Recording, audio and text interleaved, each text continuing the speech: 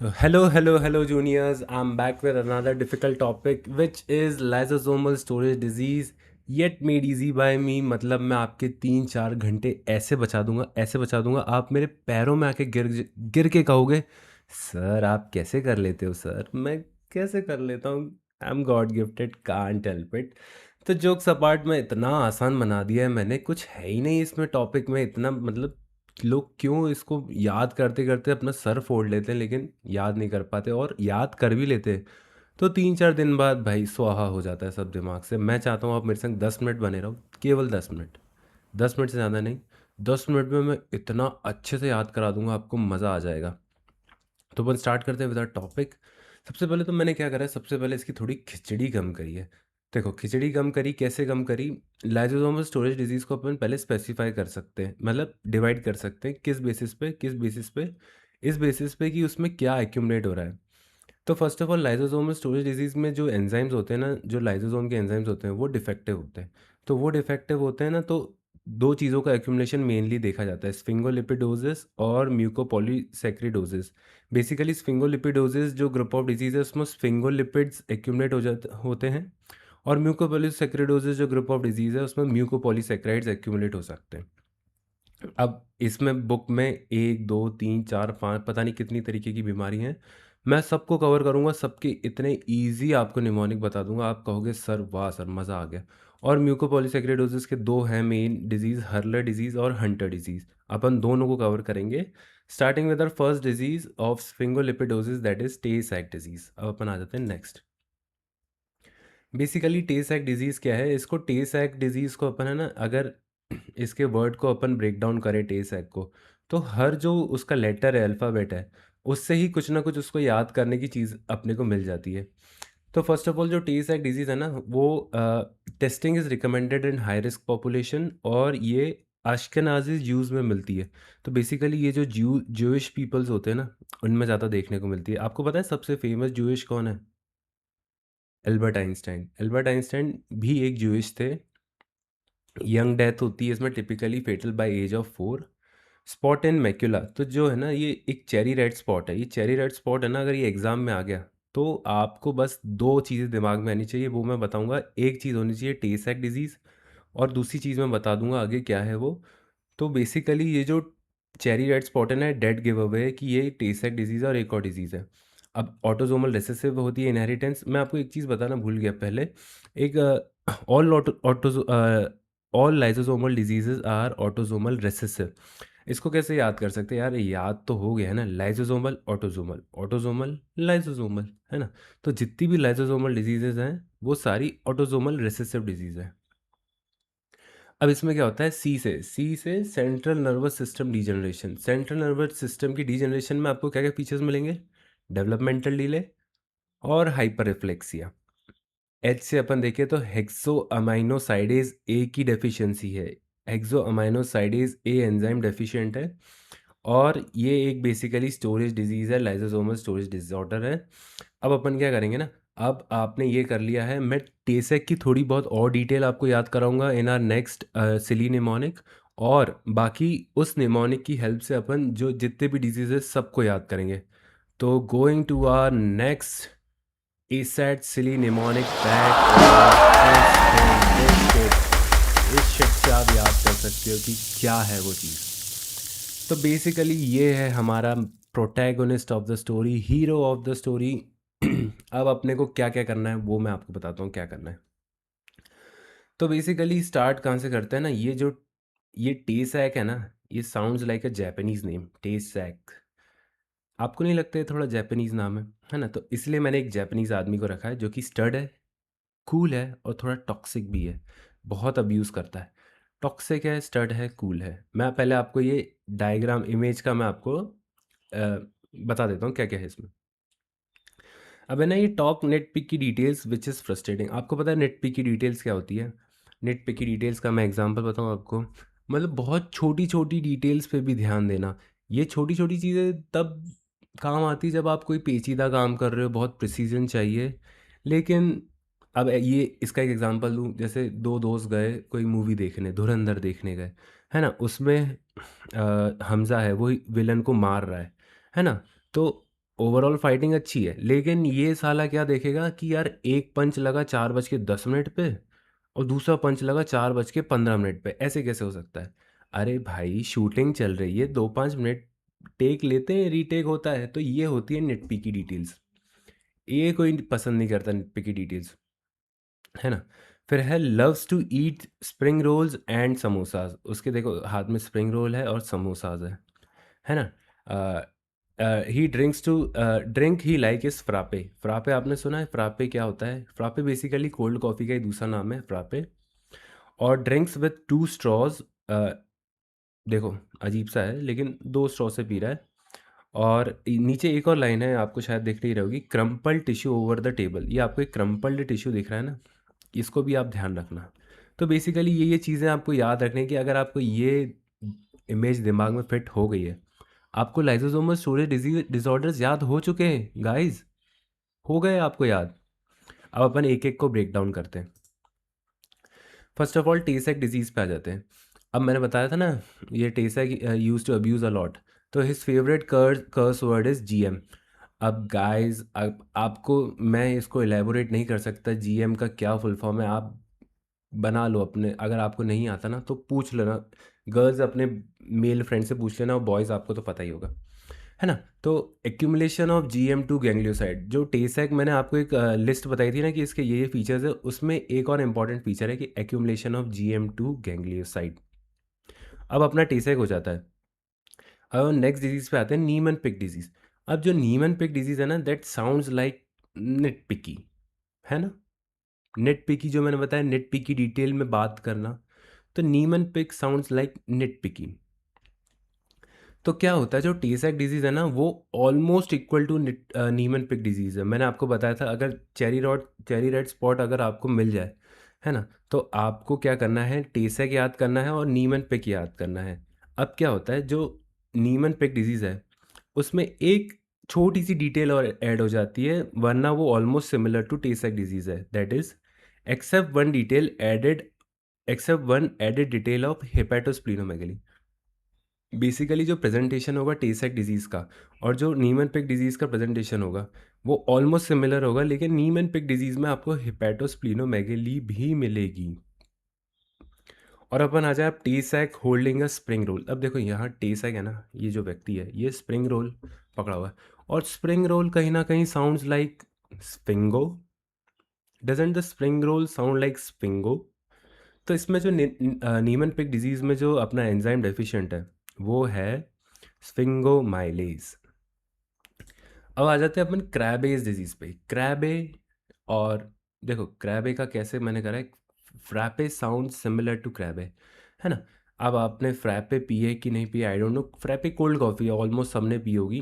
तो है ना, ये फ्रैपे पी रहा है, फ्रैपे में देखो बेसिकली ये जो बॉल्स है ना, ये बोबा टी में होती है ना? लेकिन इसको अपन ने फ्रैपे नाम दिया ताकि आपको याद रहे, मैं इसके बॉल्स का भी बहुत काम है ना? ये बोबा टी की बॉल्स है।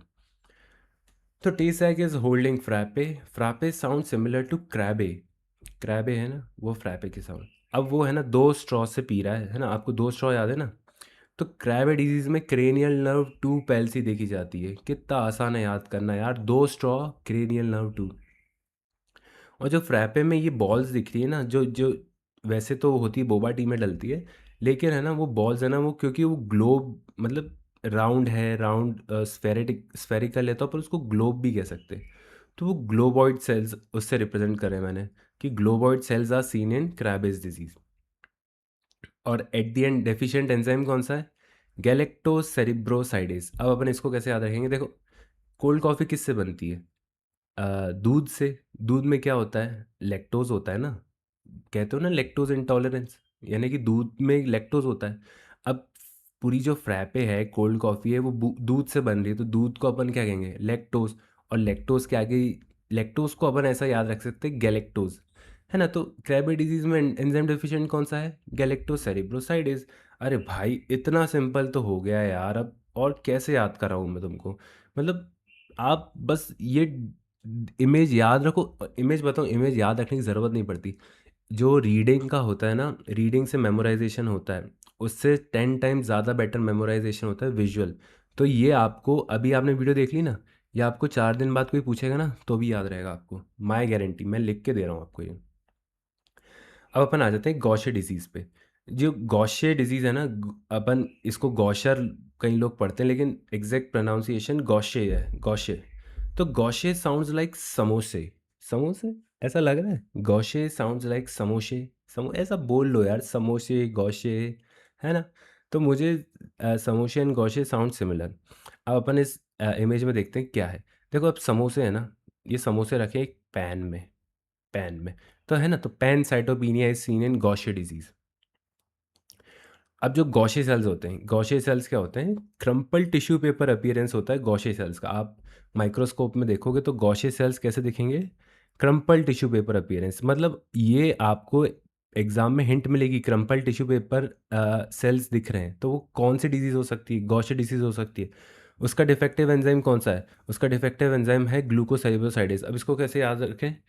इसको ऐसे याद रखते थे, देखो समोसे के ठीक पास में रखे हैं ना, एक मेयो डिप रखी हुई है। मेयो डिप यानी मेयोनीज, बाउल में मेयो रखी हुई है। अब अगर किसी को नहीं पता, अगर मैं बताऊं साइड बाय साइड, यदि एक बाउल में मेयो रख दूं और एक बाउल में ग्लू ग्लू रख दूं, कोई सा ग्लू लाइक फेविकॉल रख दूं, तो क्या आप बता पाओगे क्या मेयो है, क्या ग्लू है, फेविकॉल है? नहीं। तो यार इसको, मेयो को ऐसा देखो ये कि यार ये ग्लू रखा हुआ है ना, तो डिफेक्टिव एंजाइम कौन सा हो गया? ग्लूकोसेरिब्रोसाइडेज। अरे भाई कितना तो आसान है, हो गया ना याद?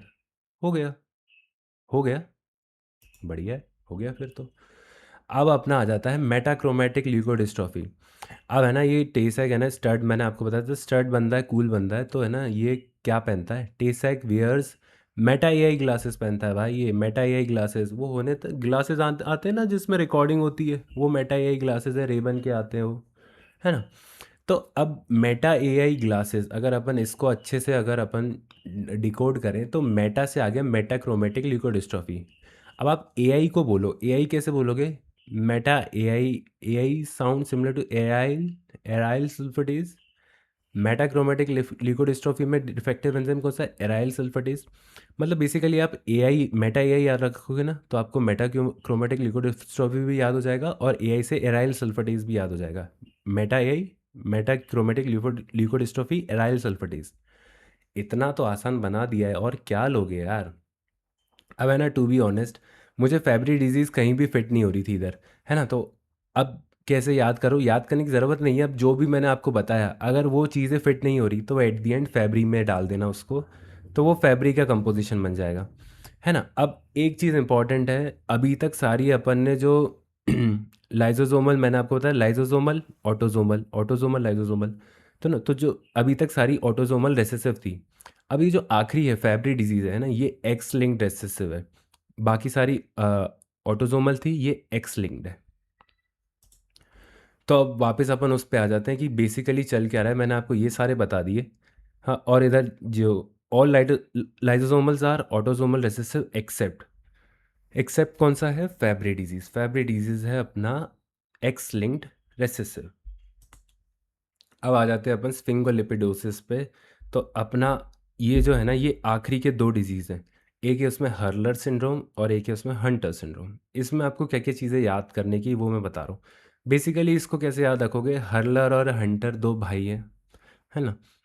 दोनों लैटिन अमेरिका में रहने वाले हैं ऐसा कह लो, है ना? और दोनों एवरेज घर के हैं। अब जो हर्लर है, हर्लर बेसिकली क्या काम करता है? इसका घर पे कुकिंग का काम है। और Hunter as a name suggest कर रहा है कि यार वो हंट करने जाता है, रिसोर्सेज लेके आता है, और हर्लर उसके लिए, दोनों के लिए खाना बनाता है। As simple as that, basic biology है। एक कोई रिसोर्सेज लेकर आएगा, दूसरा होम मेंटेन करेगा, खाना बनाएगा। तो ये है हर्लर, एक है हंटर। अब हर्लर है ना, अब क्योंकि ये घर पे खाना बनाता है ना, तो थोड़ा सा अनफिट है, थोड़ा सा मोटा है ये।